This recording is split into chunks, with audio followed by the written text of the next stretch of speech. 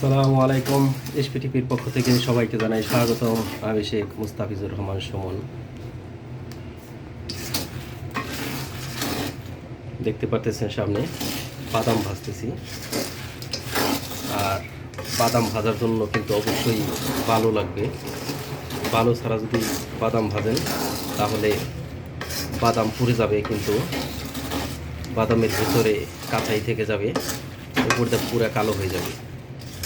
আর যদি এই বালু ব্যবহার করেন, বালু দিয়ে ভাজলে মুড়ি যেভাবে ভাজে সেভাবে ভাজলে পরে উপর দিয়ে যেমন একটু সাদা সাদা থাকবে আর ভিতরেও পুরো ভাজা হয়ে যাবে, মচমচে ভাজা হয়ে যাবে। আর সময় নিয়ে ভাজতে হবে, তাড়াহুড়া করলে হবে না, অনেক সময় নিয়ে ভাজতে হবে। চুলাটাকে ঢিপ করে দিয়ে এরপরে সবসময় নাড়াচাড়ার উপরে রাখতে হবে, তাহলেই কিন্তু নাড়াচাড়া না দিলে আবার বাদাম পুড়ে যাবে।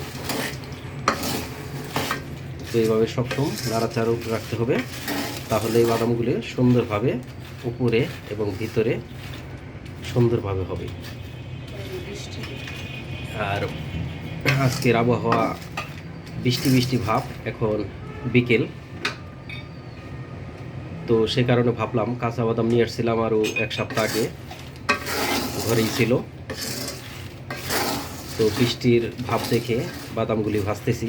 আর বৃষ্টি আসলে বাদাম ভাজা খেতে খুবই ভালো লাগে। তো যারা অনেকেই ভাজা বাদাম কিনে এনে খান, তবে ওটার যে স্বাদ আর কাঁচা বাদাম কিনে আপনারা বাসায় ভেজে খাবেন, এটার অন্যরকম একটা স্বাদ। এটার গ্যারান্টটা খুবই সুন্দর আসে।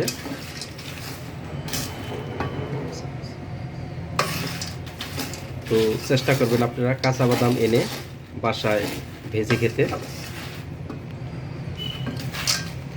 তো বাদামটা প্রায় হয়ে আসছে, তো ভিডিওটা বেশি বড় করব না। তো যদি ভিডিওটা ভালো লাগে অবশ্যই একটা লাইক দিয়ে সাথে থাকবেন, আর আমার চ্যানেলে নতুন হলে চ্যানেলটাকে সাবস্ক্রাইব করে রাখবেন। আর যারা অলরেডি সাবস্ক্রাইব করছেন তাদেরকে অনেক অনেক ধন্যবাদ। তো সাথেই থাকুন, আবার চলে আসবো নতুন কোনো ভিডিও নিয়ে আপনাদের সামনে। সে পর্যন্ত সকলে ভালো থাকবেন। আল্লাহ হাফেজ। আসসালামু আলাইকুম।